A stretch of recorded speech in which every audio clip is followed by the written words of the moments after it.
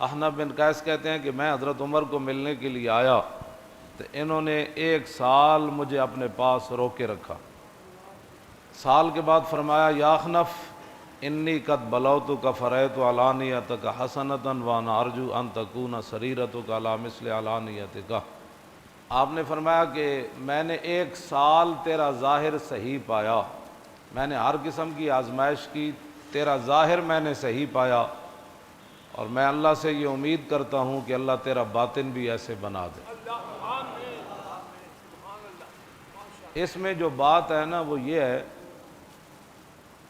کہ سال کے بعد حضرت عمر نے ان کے اندر کے معاملات پر فتویٰ پھر بھی نہیں لگایا، اور میں نے تیرا ظاہر صحیح پایا، اللہ کرے تیرا باطن بھی صحیح ہو جائے۔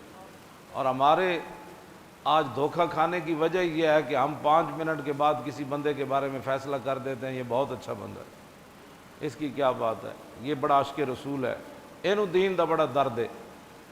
دوسری اگلی روایت کہنے کہ میں نو حضرت عمر نے فرمایا کہ جانتا ہے میں نے تجھے 1 سال کیوں روکے رکھا؟ کہا جی نہیں۔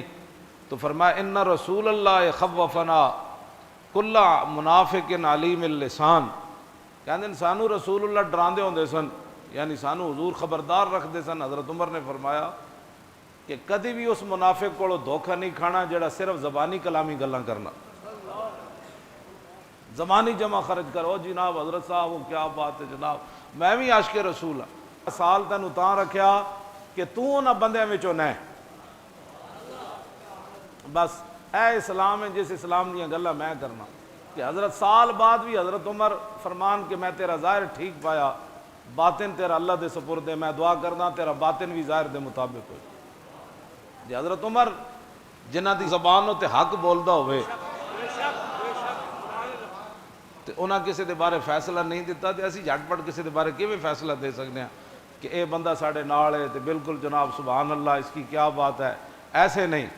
مومن زبانی گلاں کم کردا تے عملاً کام زیادہ کرنا۔